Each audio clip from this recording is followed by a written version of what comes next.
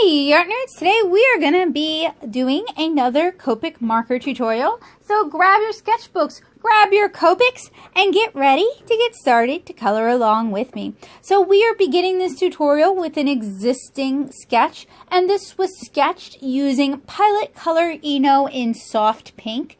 And this is because it works really well with alcohol markers such as Copic's shown here.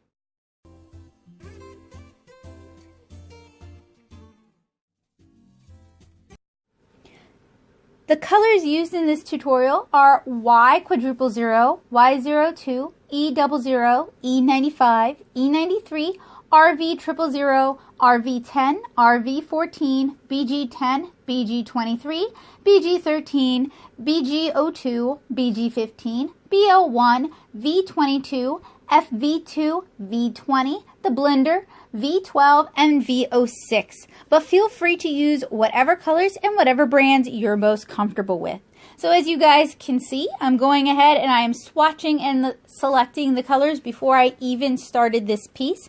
This allows me to put together a coherent color palette, and it allows me to know how the markers are going to look on the paper that I'm using. And in this tutorial, I am using a Blick Studio sketchbook because I happen to like the thickness of the paper. It's a little bit thirstier than your average marker paper.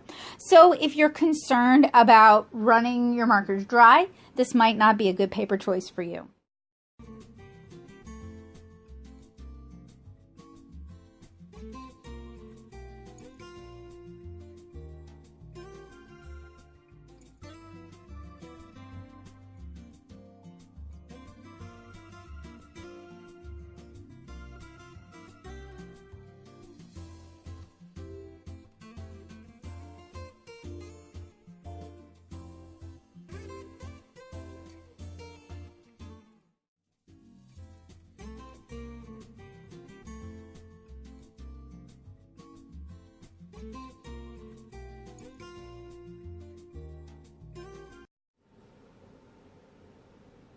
So we're going to begin by coloring the centers of the flowers, and we're using Y00 and Y00 for this, and we are adding the Y02 into the Y00 while it's still wet, so we get a really soft transition of color.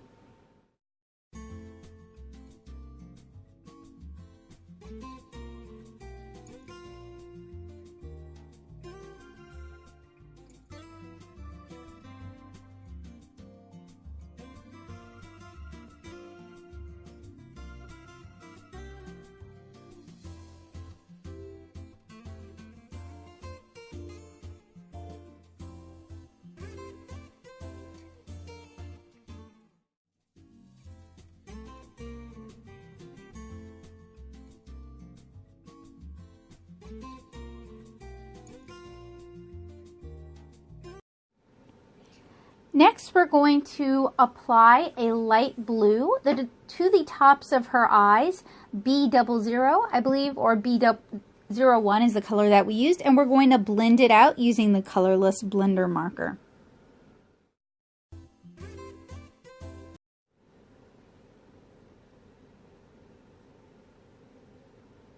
Next, we're applying her skin tone. We're going to start with the lightest version of her skin tone, so we're starting with E00 as a base, and then we're going to be applying E95 and blending that back out using E00. We're going to use E93 for the blush and for her lip color. So you see we left the majority of her face white, so we're basically just applying our E00 to the shadows of her face and then using E95 to darken those shadows up. To soften the transition between the E00 and the actual white of the paper, we're using the colorless blender marker to blend that back out.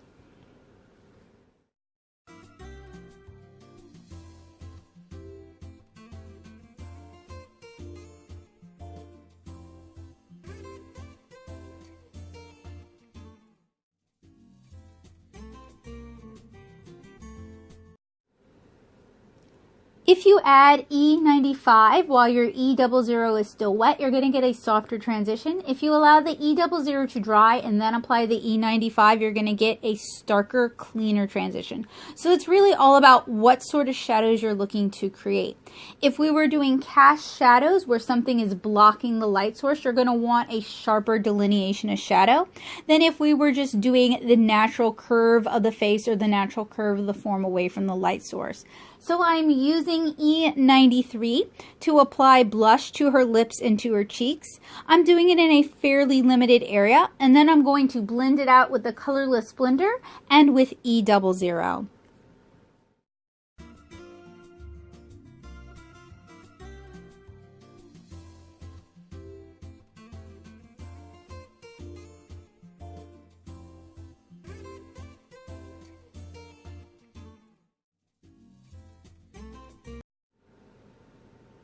Once the paper has had a chance to dry, I apply E95 to do starker shadows.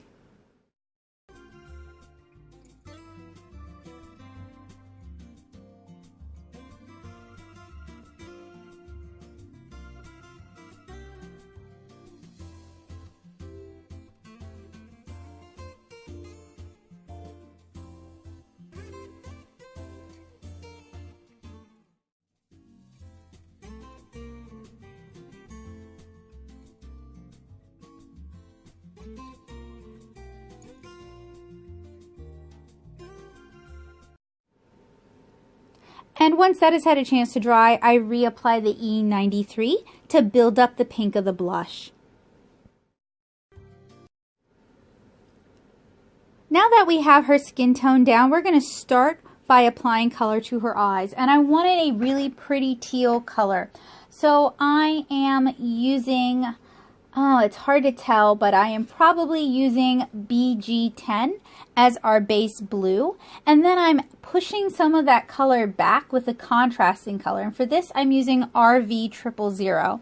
I'm also using RV000 to do the base of her hair. So my marker is running a little bit dry in this instance. Otherwise, I would be using my RV000 much more liberally.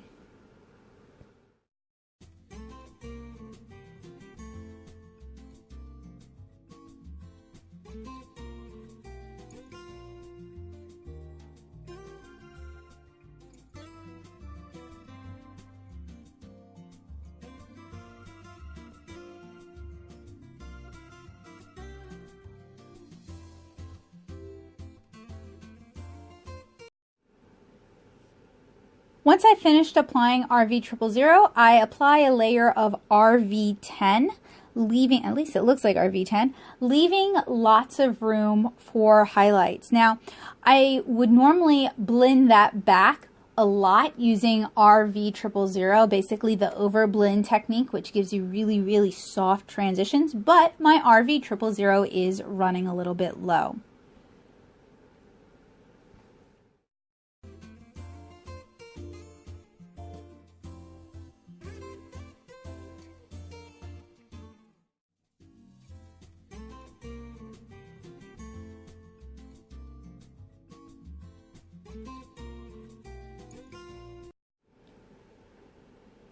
While the pink of her hair dries, I apply a layer of either B13 or B23 or B15, my apologies, but a darker blue-green to her eyes. And I actually have a video coming up where I will show you how to color anime style eyes using alcohol markers. While that dries, I apply a much darker RV pink. I think that looks like RV14.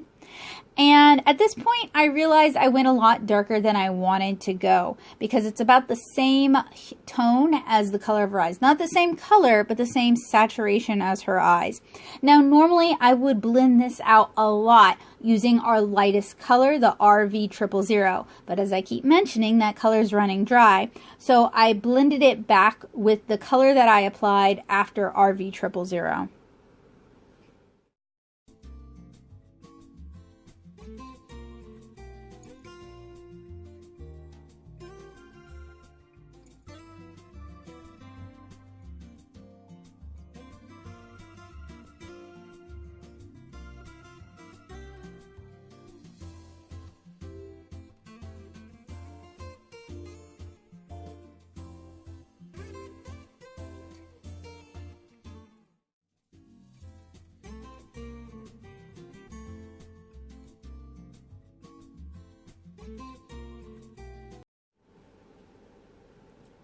And now I'm adding another layer of darker BG to the tops of her eyes, like her eyelids are casting a shadow onto the irises themselves.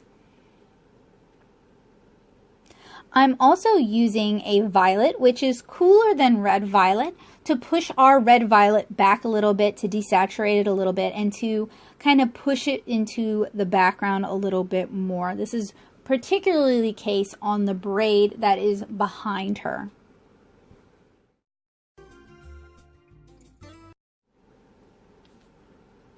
Now I'm adding another layer of darker red violet to her hair. I'm still working within the pinks family, and I'm mostly using this darker color on the side of her head that's further away from the light source in the viewer, but I'm also using this to better delineate her braids.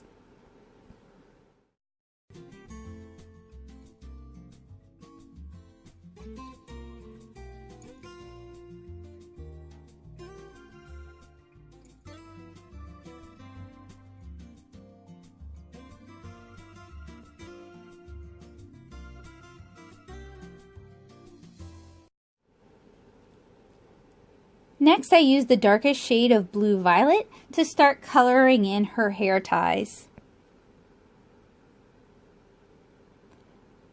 And now I'm using B01 to color in the background around her head. Now this is another color that needed a top up, so I also used B02 to help develop that color. And as you'll see a little bit later on, I'm going to apply some colorless blender and some rubbing alcohol to give an interesting effect. But for right now, I'm mostly just filling in with B01.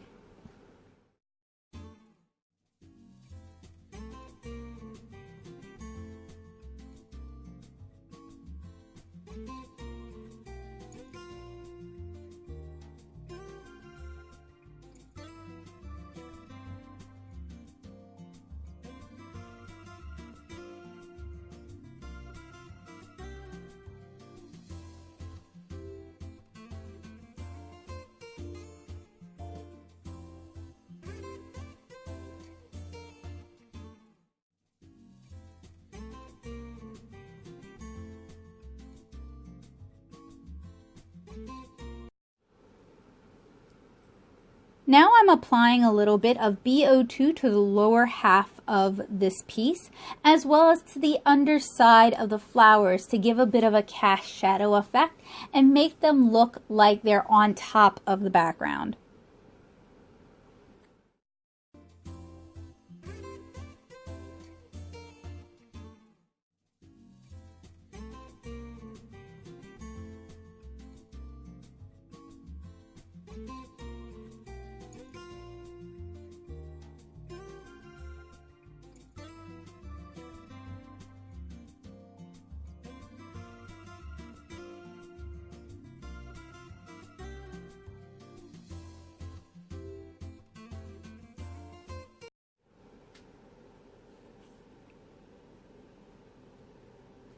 And I'm blending that out with a little bit of B01 just to soften the transition.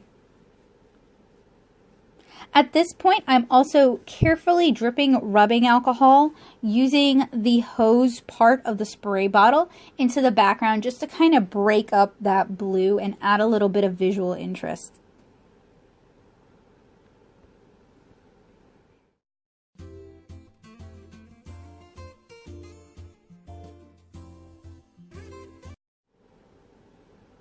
So for the flowers that are surrounding her, I selected V06 as the base color. And then while the V06 is still wet, I'm blending it out a bit along the edges with the colorless blender, and then adding a darker violet. It's either V20 or V12 to the centers. And by doing that carefully, one flower at a time, working wet into wet, you get a really, really soft diffused blend.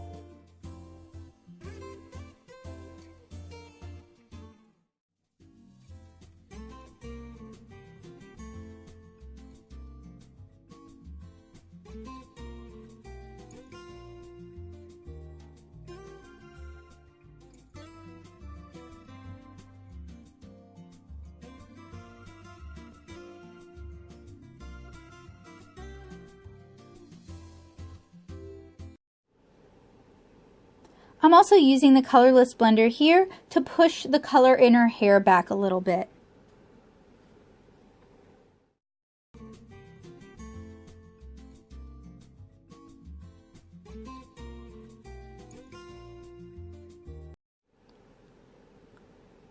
Once the alcohol marker evaporates, it's time for us to start inking. So I have here a Tombow Furenosuke brush pen in pink. I also have a couple of Pilot High-Tech C's, one in pink and one in blue.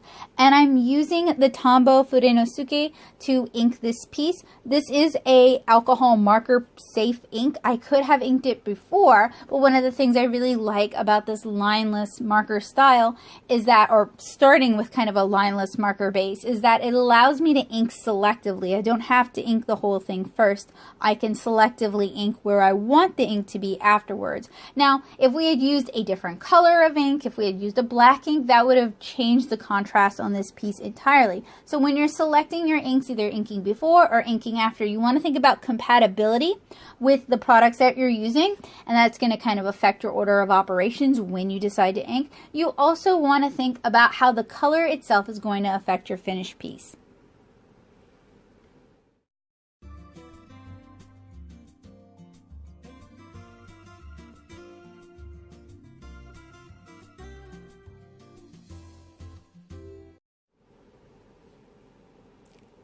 And I use the High-Tech C to ink the insides of the eyes, since it is a kind of a teal blue color and it really matches the eyes better. I'm also using an Uni Signo in white to add white highlights.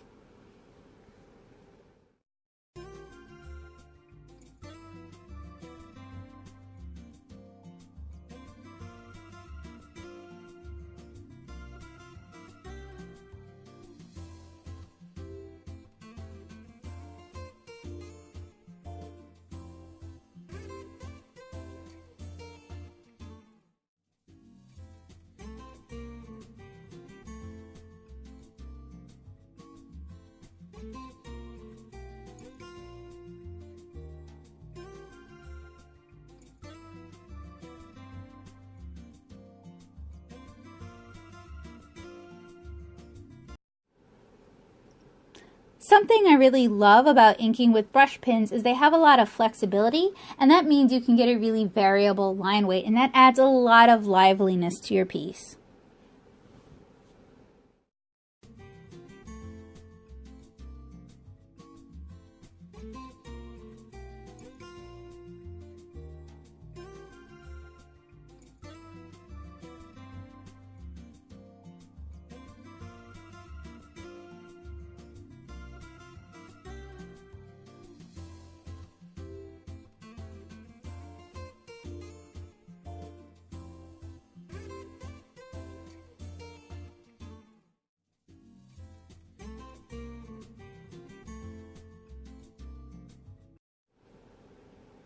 Hopefully you guys can see the tiny little brush from this angle. You can also see how it gives and flexes as I apply pressure. That flexibility is going to give you a thicker line weight. Working with a very light hand is going to give you a very thin and delicate line weight.